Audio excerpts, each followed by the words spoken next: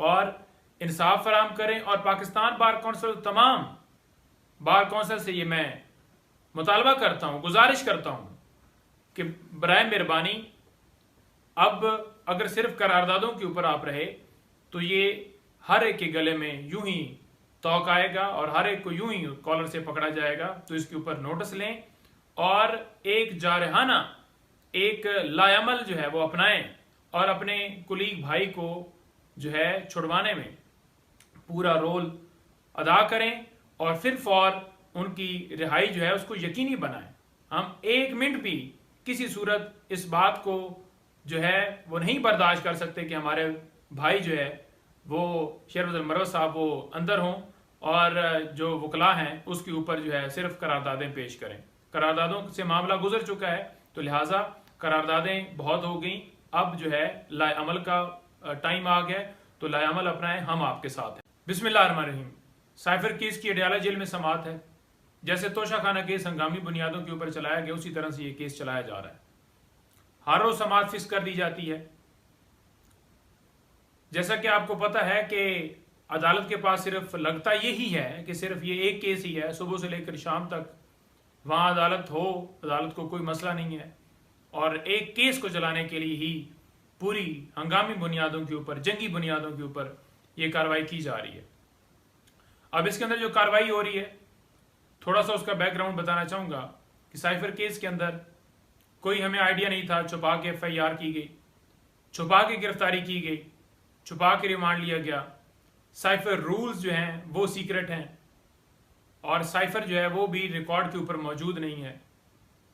और इसके साथ साथ और काफ़ी ऐसी चीज़ें जो सारी छुपा कर ही की जा रही है। अब ट्रायल जो है वो भी छुपा के करने का इरादा अदालत ने कर दिया है। वो कैसे जी? अदालत ने कल हुक्म पास किया है कि साइफर केस में जो कार्रवाई होगी वो इन कैमरा होगी। इन कैमरा का मतलब ये है कि वहां पर सहाफियों की एक्सेस नहीं होगी, वकला की पहले भी महदूद एक्सेस थी, इसी तरह आम पब्लिक उसकी एक्सेस नहीं होगी। आम पब्लिक भी नामालूम लोग वहां पर बैठे होते थे, आपको पता है। तो ये इन कैमरा क्यों की जा रही है? इन कैमरा करने का मकसद ये है कि लोगों तक इस केस के असल हकायक ना पहुंच सकें और इसी वजह से अदालत ने हुक्म में यह भी लिखा है कि print media, electronic media, social media, कोई भी अदालती कार्रवाई जो है वो वहां पर नशर नहीं करेगा, बात नहीं चलाएगा। तो मुकम्मल तौर पर पाकिस्तान में पाबंदी लग चुकी है। अदालत ने पाबंदी लगाई है इस केस में कि जनाब कोई भी कार्रवाई अगर चलाएगा तो उसके खिलाफ कार्रवाई होगी और डिपार्टमेंट्स को हदायत भी हुई है कि आप उनके खिलाफ कार्रवाई करें। तो मुझे बताएं कि आईने पाकिस्तान कहां है जो हर शख्स को फेयर ट्रायल का हक देता है?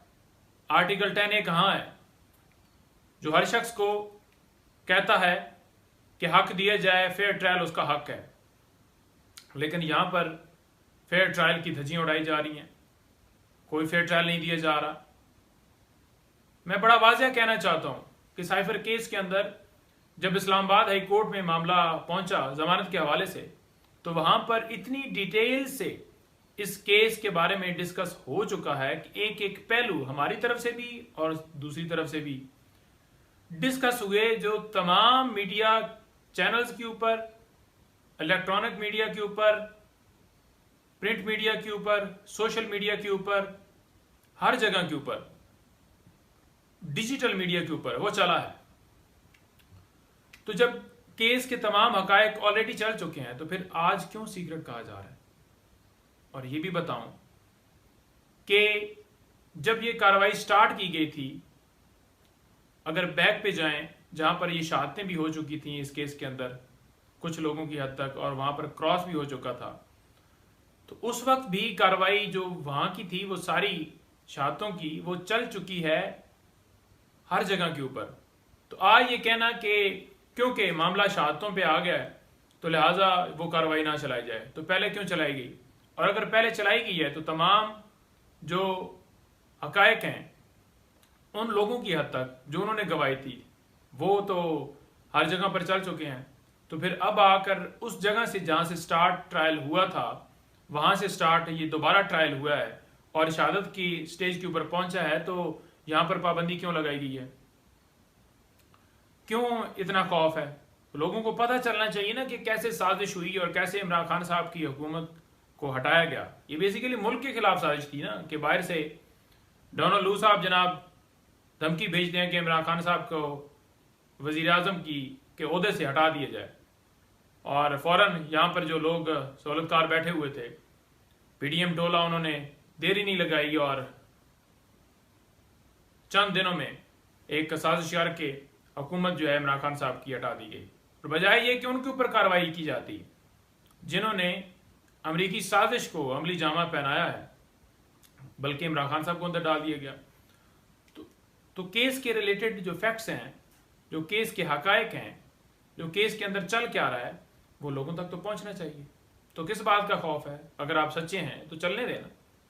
तो अगर आपने इन कैमरा यूं ही करके कार्रवाई करनी है और आप ये चाहते हैं कि जल्दी से जल्दी इस केस में सजा सुना दी जाए, तो मेरा ख्याल में फिर ये सारी कार्रवाई करने का भी फायदा नहीं है। फिर जो है प्रोसिक्यूशन अपना केस आपका ऑर्डर बनाकर लाती है और फैसला सुना दिया जाए कि आपको ये सजा दे दी गई है। यूं नहीं ट्रायल चलते, यूं नहीं केस चलते। हम इसकी पुरजोर मजम्मत करते हैं और मुतालबा करते हैं आला अदलिया से कि जो फेयर ट्रायल हैं उसके तमाम तकाजे पूरे किए जाएं और इमरान खान साहब को इंसाफ दिया जाए। अगर इस केस में थोड़ा सा भी इंसाफ किया जाए तो ये केस जो है उन पे बनता है जिन्होंने दर्ज किया है, इमरान खान साहब पे नहीं बनता। दूसरा, इमरान खान साहब की डिस्क्वालिफिकेशन के हवाले से लाहौर में आज केस की जो है वो समाअत है, और उसके साथ साथ जो ये समाअत है इलेक्शन कमीशन ने जो इमरान खान साहब को डिस्क्वालीफाई किया था, और दूसरी जो समाअत है वो ये है कि जो इंट्रा पार्टी इलेक्शन पीटीआई ने पहले 2022 में करवाए और फिर अभी दोबारा करवाया इलेक्शन कमीशन के हुक्म के ऊपर। तो जो इलेक्शन कमीशन ने हुक्म दिया था, फैसला दिया था कि आप 20 दिन के अंदर अंदर इंटर पार्टी इलेक्शन करवाएं, तो उस ऑर्डर को लाहौर हाई कोर्ट में चैलेंज किया गया है, तो उसकी भी आज समाअत है। और उसके साथ साथ जैसा कि आपको पता है कि 2 दिन का रिमांड जो है वो इमरान खान साहब का नैब तोशाखाना केस के अंदर दिया गया है, तो उसकी कल समाअत होगी। और लास्ट में ये कहूँगा, क्योंकि तफसीलात खान साहब के केस के हवाले से मैंने मुकम्मल की, कि शेर अफजल मरवत साहब की गिरफ्तारी जो है वो गिरफ्तारी नहीं, वो अगवा था। जैसे वो वहाँ पर उन्होंने वो लाहौर हाई कोर्ट में गए और वहाँ से निकले थे और फ़ौरन वहाँ पर पुलिस की वर्दियों में या जो भी नामालूम लोग थे, उन्होंने जिस तरह से बगैर वारंट दिखाए, बगैर कोई FIR दिखाए, क्योंकि उनकी जमानत तमाम केसेस में ऑलरेडी हो चुकी थी, तो सीनियर वकील को यूं इस तरह से जिस तरह से वो पकड़ कर ले गए कॉलर से, और जिस तरह से उनको 3 MPU के तहत नज़रबंद किया गया है, हम पुरजोर मजम्मत करते हैं और आला अदलिया से यही गुजारिश करते हैं कि आप अपनी आईनी जिम्मेदारियां निभाएं। आप सिर्फ लफ्ज़ों की हद तक ये ना कहें कि हम आईनी जिम्मेदारियां निभा रहे हैं। जो लोगों के हकूक सलब हो रहे हैं, हमारे वकला के ऊपर जो अभी सिलसिला शुरू किया और पूरे पाकिस्तान में जो इससे पहले किया गया है, इमरान खान साहब के केसेस देख लें, बाकी हमारी खवातीन जिनके साथ जो सलूक किया जा रहा है, MPU के तहत जो बंद हैं, तो उसका नोटिस लें और इंसाफ फराम करें। और पाकिस्तान बार कौंसिल, तमाम बार कौंसिल से ये मैं मुतालबा करता हूँ, गुजारिश करता हूँ कि बराए मेहरबानी अब अगर सिर्फ करारदादों के ऊपर आप रहे तो ये हर एक के गले में यूं ही तौक आएगा और हर एक को यूं ही कॉलर से पकड़ा जाएगा। तो इसके ऊपर नोटिस लें और एक जारहाना, एक लायामल जो है वो अपनाएं और अपने कुलीग भाई को जो है छुड़वाने में पूरा रोल अदा करें और फिर फौर उनकी रिहाई जो है उसको यकीनी बनाएं।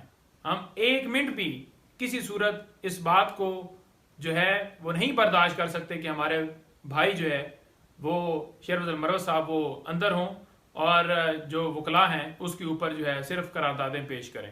करारदादों से मामला गुजर चुका है, तो लिहाजा करारदादें बहुत हो गई, अब जो है लाएअमल का टाइम आ गया, तो लाएअमल अपनाएं, हम आपके साथ हैं। Thank you.